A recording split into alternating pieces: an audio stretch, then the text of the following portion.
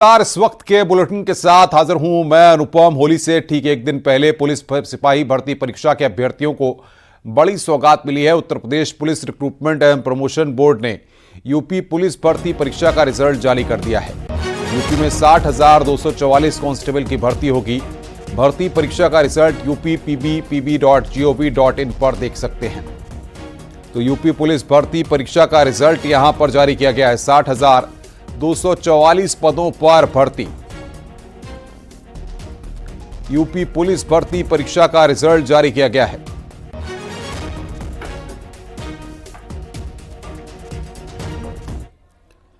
DG police भर्ती board Rajiv Krishna से news 18 ने खास बातचीत की और भर्ती प्रक्रिया को लेकर जानकारी साझा की। पुलिस भर्ती बोर्ड के डीजी राजीव कृष्णा हैं। सर, तो अभी फाइनल हमारे दर्शक जानना चाहेंगे कि कोई आपके पास बाइफर्केशन हो, कितने लोग सेलेक्ट हुए हैं, किस किस कैटेगरी के? देखिए, ये एक बहुत बड़ी भर्ती थी, संभवतः सबसे बड़ी भर्ती थी और माननीय मुख्यमंत्री जी के नेतृत्व में और उनके मार्गदर्शन में इस भर्ती को शुरू से अंत तक इंजाम दिया गया। इस भर्ती में आज इसका फाइनल रिजल्ट जारी हुआ है, जिसमें 60,244 पदों के सापेक्ष 60,244 अभ्यर्थियों का चयन किया गया है। इसमें जो कॉन्स्टिट्यूशनल प्रोविजंस हैं, जो शासन के विभिन्न नियम हैं, शासनादेश हैं, उसके मुताबिक आर्थिक रूप से कमजोर वर्ग, OBC category, SC category, ST category और महिलाओं के लिए निर्धारित आरक्षण की व्यवस्था की गई है। मैं आपको बताना चाहूँगा कि इस प्रतियोगिता के लिए, इस भर्ती के लिए कुल 48,17,441 अभ्यर्थी इसमें शामिल हुए थे। इनका जो रिटन परीक्षा हुई वो अगस्त के लास्ट वीक में परीक्षा हुई।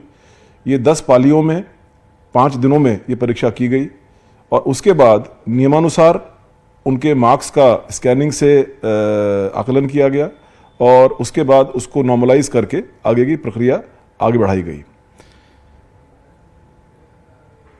नॉर्मलाइजेशन के बाद इसमें 26 दिसंबर से 7 फरवरी तक सभी अभ्यर्थियों का, जो सफल अभ्यर्थी थे रिटन परीक्षा के, उनका DBPST यानी डॉक्यूमेंट वेरिफिकेशन और फिजिकल स्टैंडर्ड टेस्ट, जिसमें उनका हाइट और चेस्ट का मेजरमेंट होता है, वो जनपद के, प्रदेश के सभी 75 जिलों में 100 बोर्ड के माध्यम से कराया गया। इसमें हमारा प्रशासनिक अधिकारियों का, पुलिस अधिकारियों का विशेष रूप से मैं आभार व्यक्त करना चाहूँगा कि उन्होंने प्रत्येक चरण पर पूरी लगन के साथ, पूरी मेहनत के साथ और पूरी पारदर्शिता के साथ इन सभी कार्यक्रमों में अपना योगदान दिया।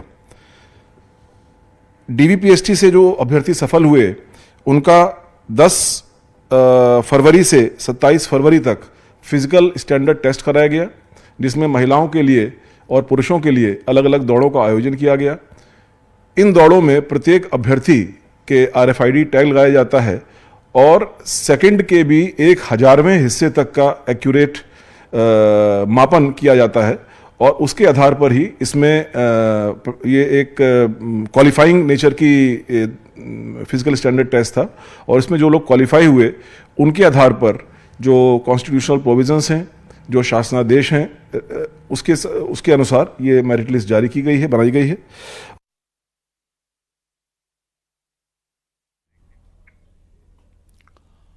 होली के त्योहार को लेकर संभल में सुरक्षा के कड़े बंदोबस्त हैं। पुलिस लगातार गश्त कर रही है। अपर पुलिस अधीक्षक ने गश्त कर सुरक्षा के बंदोबस्त का जायजा लिया। होली और जुमे की नमाज एक साथ है, इसे लेकर संभल में सुरक्षा व्यवस्था कड़ी कर दी गई है। जुलूस के रास्ते में पड़ने वाली 10 मस्जिदों को ढका गया है। पुलिस के साथ PSC और RPF की टीम तैनात है। ड्रोन के जरिए निगरानी की जा रही है। मजिस्ट्रेट और पुलिस अधिकारी तैनात किए गए हैं। नोडल अफसर होलिका दहन पर नजर रखेंगे। कैमरों में ऑडियो लगा दिए गए हैं। साथ ही ड्रोन से भी निगरानी की जाएगी। होली को लेकर पुलिस ने अपनी पूरी स्ट्रेटजी तैयार की है। क्या है पुलिस की स्ट्रेटजी और क्या है विशेष, उसको जानने के लिए SP संभल कृष्ण बिश्नोई जी हमारे साथ हैं, से जानते हैं। सर, कल का दिन बहुत इंपॉर्टेंट है और खासकर होली और जुमे की नमाज, क्या क्या चीजें प्लान ऑफ एक्शन में आपके हैं और क्या चीजें स्पेशल हैं सर? आज 1212 होलिका दहन स्थलों पे होलिका दहन का कार्यक्रम है, वो रात्रि में प्लान्ड है। तो उनकी जगह हर एक होलिका दहन के लिए एक एक नोडल ऑफिसर भी बनाया गया है और साथ में चौकीदारों का भी सम्मेलन करके 584 चौकीदार हैं, उनको भी डिप्लॉय किया गया है इस बार। तो रूरल एरियाज़ में होलिका दहन है वो शांतिपूर्ण संपन्न होगा। संभल के लिए एक विशेषतः तौर पे टेथर ड्रोन भी लगाए गए हैं जो कि 12-12 घंटे के एंड्योरेंस कैपेबिलिटी पे छत से आसमान से देख सकते हैं, लगातार मॉनिटरिंग कर सकते हैं। उसके अलावा अन्य भी ड्रोन हैं वो हर जुलूस के साथ में भी लगाए गए हैं ताकि जितने भी जुलूस हैं वो शांतिपूर्वक तरीके से गुजरें। मौके पे जितने भी सीसीटीवी कैमरेज हैं सारे वेरीफाई कराए गए हैं। उनमें से कई ऐसे भी हैं जिनको ऑडियो आप सुनी जा सकती है, तो उनका एक कंट्रोल रूम है, वहाँ पे एक गेजेटेड ऑफिसर को लगाया गया है जो कि कंट्रोल रूम में बैठ के इन सभी सीसीटीवीज़ पे निगरानी रख रहे हैं। बॉक्स फॉर्मेशन में सारे जुलूसेज हैं वो निकाले जाएंगे। कल होली है, संबंध में सभी लोग धूमधाम से मनाएंगे। इसका एश्योरेंस सभी लोगों ने दिया है, सभी धर्मों के लोगों ने दिया है और मुस्लिम लोग 2:30 बजे के बाद में अपना जुम्मे की नमाज है वो अदा करेंगे। इसके बारे में भी सभी मौलानाओं के बयान भी आए हैं। मैं उम्मीद करता हूँ होली है वो सकुशल संपन्न संभल में होगी। और सीधे रुख कर रहे हैं संभल का। अमित गंजू हमारे संवाददाता हमारे साथ जुड़े हुए हैं। अमित, क्या स्थिति इस वक्त संभल की है, किस तरीके से होली मनाने की तैयारियां हो रही हैं और पुलिस और प्रशासनिक अमला कितना अलर्ट है?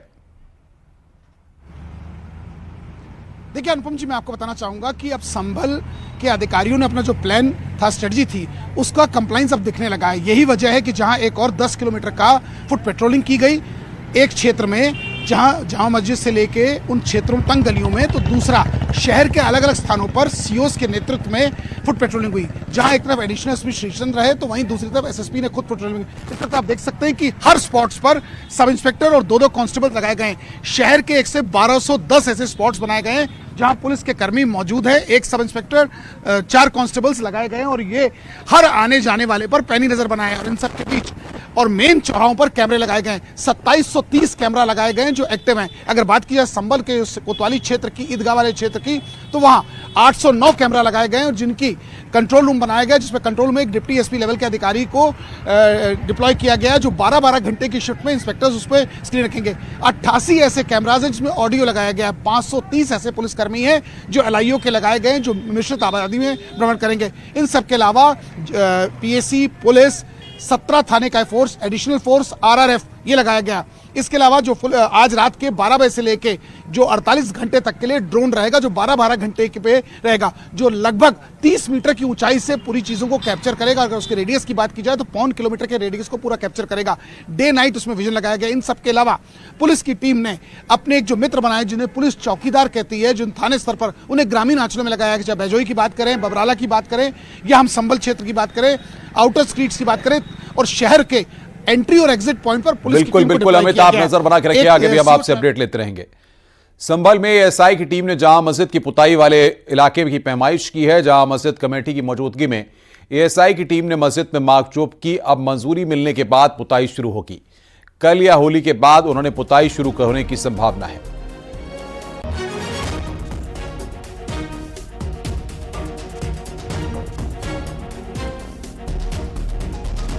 एएसआई की टीम आई है जो कि इस तरह का मुआयना कर रही है कि कहाँ कहाँ पुताई होनी है, कितने एरिया में होनी है, कितने वर्ग फीट में होनी है, ये सारी चीजें नापतोल कर रही है। उसके बाद ये अप्रूवल लेंगे वहां से अपने एएसआई ऑफिस से, उसके बाद हमें देंगे, तब हमें बताएंगे कहाँ कहाँ कैसे कैसे पुताई करानी है। या नहीं, पुताई तो हमें करानी है लेकिन वो हमारे साथ होंगे और उनके संरक्षण में होगी और हम उनका पूरा सहयोग कर रहे हैं, जैसे कि आप लोग देख रहे हैं। अंदर भी देखा गया, बाहर भी देखा गया। हाँ, आउटर पोर्शन पर हमें पुताई करने की इजाजत माननीय हाईकोर्ट ने दी है। नाप तोल कर रही है, देख रही है कहाँ पर क्या कैसे पुताई होनी है, कैसे करानी है, सारा एस्टिमेट बना रही है, नपाई तुलाई करा रही है और हम पूरा सहयोग कर रहे हैं, जैसे कि आप लोग देख रहे हैं। और कहीं कोई परेशानी नहीं है, पुताई बहुत जल्दी शुरू हो जाएगी।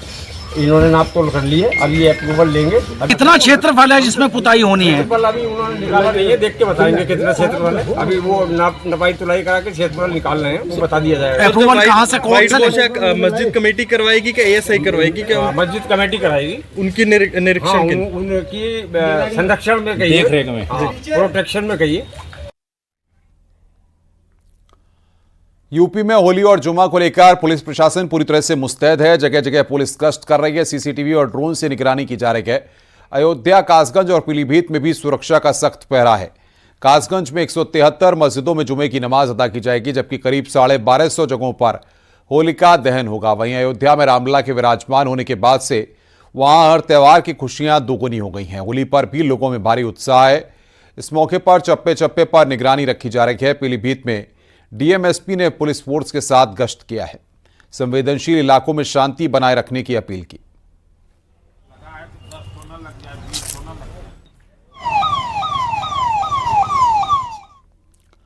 खबर 2 जिलों में आग से जुड़ी हुई है, जहां शाहजहांपुर में कूड़े के ढेर के पास खड़ी कार में आग लग गई। बताया जा रहा है कि सफाई कर्मी कूड़ों को जलाने के लिए आग लगाकर चला गया, तभी पास खड़ी कार आग की चपेट में आ गई, जिससे कार का कुछ हिस्सा पूरी तरह क्षतिग्रस्त हो गया। फिलहाल आग पर काबू पा लिया गया है। वहीं दूसरी खबर मिर्जापुर से है, जहां एक कपड़े की दुकान में आग लग गई, जिससे सारा माल जलकर खाक हो गया। बताया जा रहा है कि कपड़े के पास पटाखा रखा हुआ था, जिसे जलाते ही दुकान में आग लग गई। आग पर काबू पा लिया गया है।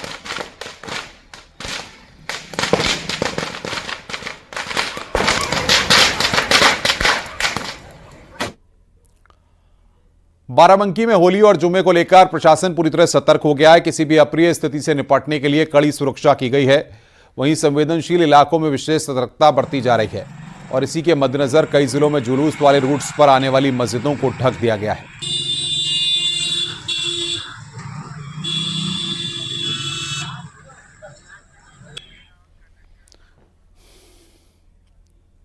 नोएडा में जेपी बिल्डर को बड़ा झटका लगाया। हाईकोर्ट ने यमुना अथॉरिटी के फैसले को सही ठहराया है। मामला 1000 हेक्टेयर जमीन रद्द करने से जुड़ा हुआ है। साल 2009-2010 में यमुना अथॉरिटी ने जेपी लिमिटेड को जमीन आवंटित की थी, लेकिन बकाया न चुकाने पर यमुना अथॉरिटी ने आवंटन निरस्त कर दिया था। अब इस फैसले पर हाईकोर्ट की मोहर लग गई है। जेपी को बड़ा झटका हाईकोर्ट से लगा है। दरअसल में यमुना अथॉरिटी ने जेपी का आवंटन निरस्त किया था। ऐसे में यमुना अथॉरिटी के खिलाफ जेपी बिल्डर हाईकोर्ट गया था और वहां से उसे बड़ा झटका लगा है और यमुना अथॉरिटी के आदेश को सही ठहराया है। दरअसल में साल 2009 और 10 के बीच में जल जेपी एसोसिएट्स लिमिटेड की सहायक कंपनी को 1000 हेक्टेयर जमीन आवंटित की थी, जिसमें जेपी का बुद्ध इंटरनेशनल स्पोर्ट्स सिटी भी शामिल था। लिहाजा उसमें कुल 14 परियोजनाएं शामिल थी। 9000 खरीदारों को फायदा मिलना था, लेकिन ये ग्रेटर नोएडा में हॉरर किलिंग का मामला सामने आया। पुलिस ने आरोपी को वारदात के महज 3 घंटे में गिरफ्तार किया है। पुलिस ने आरोपी पिता और भाई को गिरफ्तार कर जेल भेज दिया है। बताया जा रहा है कि नेहा के परिवार वालों की मर्जी के खिलाफ प्रेमी सूरज से शादी की थी। इसकी सूचना के बाद पिता और भाई ने लड़की की हत्या कर दी और शव का अंतिम संस्कार भी किया। 11 मार्च को दोनों ने शादी की थी और 12 मार्च को पिता और भाई ने गला घोंटकर लड़की की हत्या कर दी।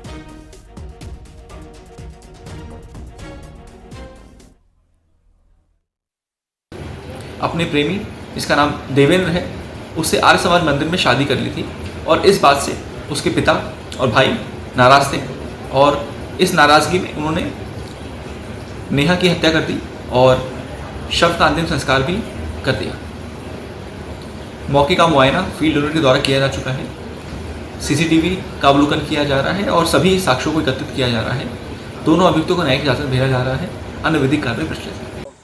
ग्रेटर नोएडा वेस्ट में चिपियाना गांव में एक ऑनर किलिंग का मामला सामने आया, जहां पर पिता और भाई ने ही अपने बेटी की हत्या कर दी और इस पूरे प्रकरण में बिसरक पुलिस ने 3 घंटों में इस पूरी घटना का खुलासा किया। दरअसल मैं आपको बता दें, प्रेमी और प्रेमिका दोनों पूर्व से परिचित थे। करीब 12 साल से दोनों के बीच में संबंध थे और इसी दौरान 11 मार्च को दोनों ने गाजियाबाद में शादी करी और इसकी जब खबर पिता को लगी तो पिता ने 12 तारीख यानी अगली सुबह ही बेटी की हत्या की और हत्या करने के बाद अंतिम संस्कार तक कर दिया। इस दौरान जब ये खबर प्रेमी सूरज को लगी तो उसने पुलिस को घटना के बारे में जानकारी दी है। पुलिस ने गहरी इंटेरोगेशन के बाद इस पूरी घटना का खुलासा किया। लखनऊ के बिजली विभाग में धर्मांतरण का चौंकाने वाला मामला सामने आया। बिजली विभाग के समीक्षा अधिकारी ने अपनी पत्नी के धर्मांतरण को रोकने के लिए सीएम को पत्र लिखकर गुहार लगाई है। बिजली विभाग के कर्मचारियों पर हिंदू से ईसाई बनाने की कोशिश का आरोप लगा है। समीक्षा अधिकारी ने खुद पर भी धर्मांतरण का दबाव बनाए जाने का आरोप लगाया है। सीएम को लिखे पत्र में बिजली विभाग में धर्मांतरण गिरोह के खिलाफ सख्त एक्शन की मांग की गई है। इस मामले में समीक्षा अधिकारी ने सीएम के साथ यूपीपीसीएल अध्यक्ष, डीजीपी और पुलिस को भी सूचना दी है।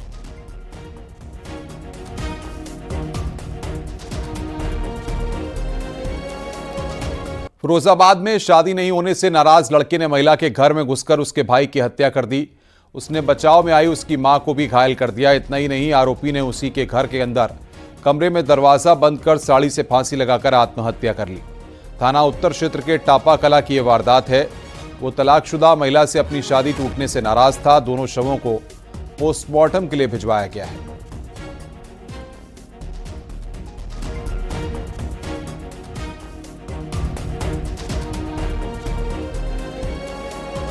आज से आक्रोशित होकर आज उसने ये वारदात किया है। ऐसा प्रतीत होता है कि वो पहले से ही आत्मघाती कदम उठाने के लिए सोच के आया हुआ था। इस वारदात के बाद में उसने अपने आप को मृतक के ही घर में बंद कर लिया और वहाँ पे फांसी लगा ली। जो घटना स्थल था वहाँ पे पुलिस की टीमों ने दरवाजे को पब्लिक की सहायता से खोल करके तोड़ के जो फांसी लगाने वाला व्यक्ति था उसको लेकर के ट्रॉमा सेंटर पे आए, जहाँ पे उसकी भी मृत्यु हो गई। ब्रज में होली की धूम है। हर कोई होली के रंगों में सराबोर है और भगवान श्री कृष्ण की नगरी में होली खेलकर खुद को धन्य महसूस कर रहा है। मथुरा में भक्तों ने राधा रानी अलबेली सरकार मंदिर में भी होली महोत्सव का आयोजन किया। यहां श्रद्धालुओं ने फूलों और अबीर गुलाल की होली खेली। होली गीतों पर श्रद्धालु झूम उठे।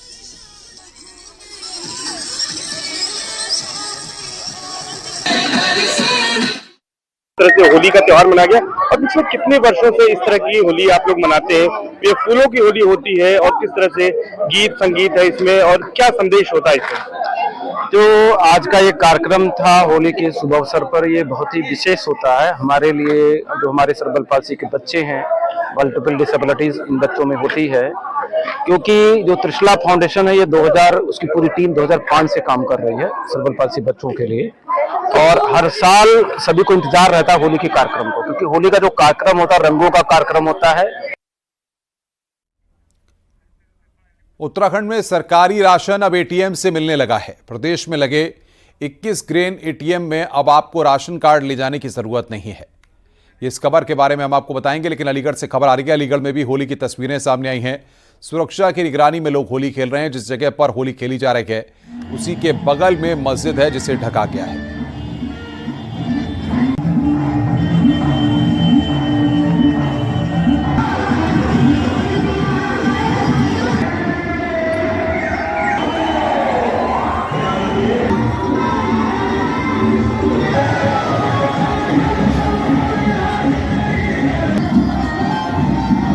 तो अलीगढ़ की खबर जहां पर लोगों ने होली खेली, वो तस्वीरें इस वक्त हम आपको दिखा रहे हैं। प्रशासन की निगरानी में वहां पर होली खेली गई।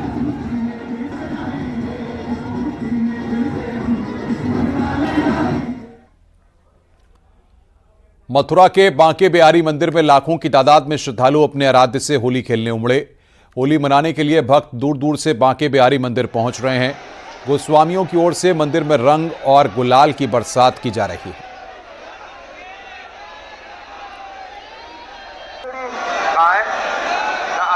आज होली पर बांके बिहारी मंदिर में बहुत ही उल्लास के साथ होली मनाई जा रही है। हमारे यहाँ कहते हैं जग हो रही और वृंदावन में हो रहा। वृंदावन की ब्रज की होली बहुत प्रसिद्ध है और लोग अपने आराध्य के दर्शन कर अपने जीवन को कृतज्ञ कर रहे हैं। आज ठाकुर जी को केसर, गुलाल, अबीर, कस्तूरी, केसर का जल, केसू के फूलों से ठाकुर जी को हमने होली खेली है। होली खेलने के बाद अभी सब भक्तों पर वो रंग डाला जा रहा है। ब्रज में होली की धूम है। हर कोई होली के रंगों में सराबोर है और भगवान श्री कृष्ण की नगरी में होली खेलकर खुद को धन्य महसूस कर रहा है। मथुरा में भक्तों ने राधा रानी अलबेली सरकार मंदिर में भी होली महोत्सव का आयोजन किया। यहां श्रद्धालुओं ने फूलों और अबीर गुलाल की होली खेली। होली गीतों पर श्रद्धालु झूम उठे।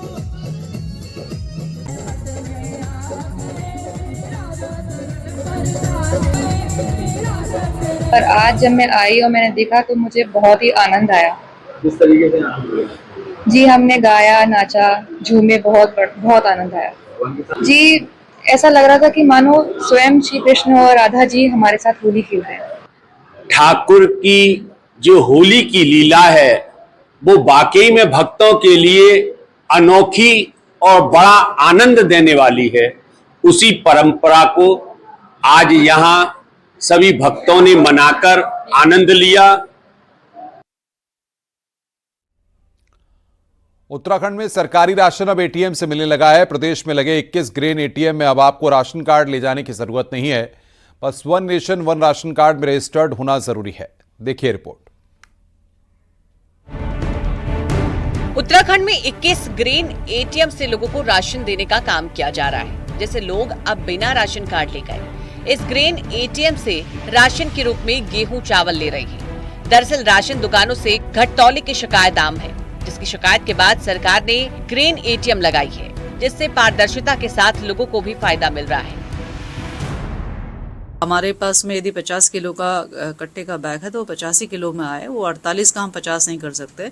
तो ये एक विषय था। तो उनका कहना था कि मुख्य गोडाउन में ही, जो मेन गोडाउन है वहीं पे जो है वेइंग मशीन जो है वो होनी चाहिए, तो उसके लिए धर्म कांटा लगाया जाना चाहिए। इस ग्रेन एटीएम मशीन से राशन लेने के लिए राशन कार्ड नंबर पता होने के साथ ही अंगूठे के निशान का मिलान भी जरूरी है। इसलिए one nation one ration card में रजिस्टर्ड उत्तराखंड के साथ दूसरे राज्यों के लोग अब बिना राशन कार्ड ले गए लोगों को आसानी से राशन मिल पा रहा है। देहरादून में 4 जगह ग्रेन एटीएम से राशन दिए जा रहे हैं, जो राशन डीलर के साथ साथ कार्ड होल्डर्स के लिए भी फायदेमंद साबित हो रहा है। हमारे लिए सुविधा यह है कि हमने एक बार उसमें भर दिया तो हमें 8-10 आदमियों को के बाद ही हम उसको देखेंगे, फिर हमें भर देना है। यहाँ से हम कार्ड नंबर डालेंगे, कार्ड नंबर डाल करके जितना भी उसका अलॉटमेंट आता है कस्टमर का, उतना वो यहाँ से हम डिस्पेंस कर देंगे। यहाँ भी दिखाई देता है कि आपका अलॉटमेंट कितना है, वो भी चेक कर सकता है। उसके बावजूद अगर उसको कोई शंका है तो उसके लिए तराजू भी है। सुविधा है। पहले हमें बहुत वहाँ राजीव नगर जाना पड़ता था, वो लाइन काफ़ी लंबी लगी रहती थी और कभी कभी तो फिर दूसरे दिन जाना पड़ता था। और अब जो है बहुत अच्छी सुविधा है, यहाँ ज़्यादा टाइम भी नहीं लगता और सब अच्छी सुविधा है। उत्तराखंड में फिलहाल 21 ग्रेन एटीएस से राशन दिया जा रहा है, जिसके सफल होने के बाद पूरे प्रदेश में ग्रेन एटीएस लगाने की कवायद की जा रही है। न्यूज़ 18 के लिए देहरादून से भारती सकलानी की रिपोर्ट।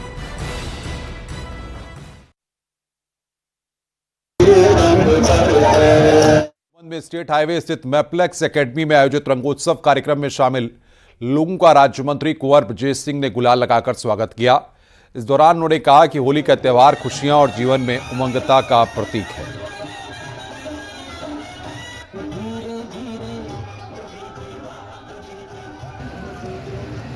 होली की अपनी एक महिमा है। मेरा प्रभु से मेरी प्रार्थना है कि ये त्यौहार मेरे क्षेत्रवासियों के परिवार में, मेरे प्रदेशवासियों के परिवार में, सब के लिए बहुत सारी खुशियां लेकर के आए। होली के सतरंगी रंगों के समान उनके जीवन में भी वो सतरंगी रंग बरसे, उन सतरंगी रंगों की तरह उनका जीवन खुशहाल बने। रामनगरी अयोध्या में होली के एक दिन पहले होलिका दहन के दिन परंपरागत रूप से चौक के सराफा व्यवसायी होली का त्यौहार मना रहे हैं। सराफा व्यवसायी और चौक रिकाबगंज के व्यवसायियों ने जमकर होली खेली। इस दौरान सुरक्षा व्यवस्था के कड़े इंतजाम किए गए थे। होली के दौरान चौक की शिया मस्जिद को कपड़े से ढक दिया गया, इससे मस्जिद पर रंग न पड़े।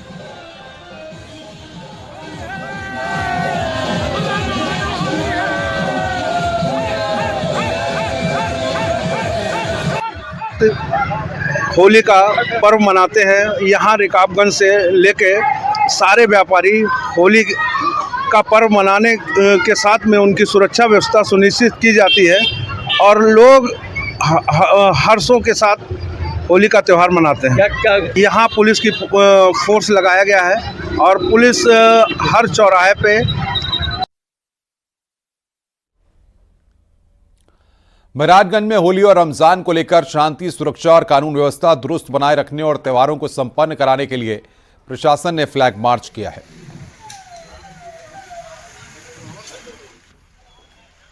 उसके पश्चात बयालिसा में हमने बुधिरामपुर, मोहम्मदा, बड़ारा बड़े पार आदि गांव का भी भ्रमण किया है और हमारा यही संदेश है जनपद वासियों के कि कल जो होली का त्यौहार है इसे शांति और अमन से मनाएं और सौहार्दपूर्ण वातावरण में इस पर्व का समापन हो, यही हम सबकी इच्छा भी है और यही सब हम कामना भी करते हैं। रुक रहे हैं यहां पर ब्रेक के लिए। खबरों का सिलसिला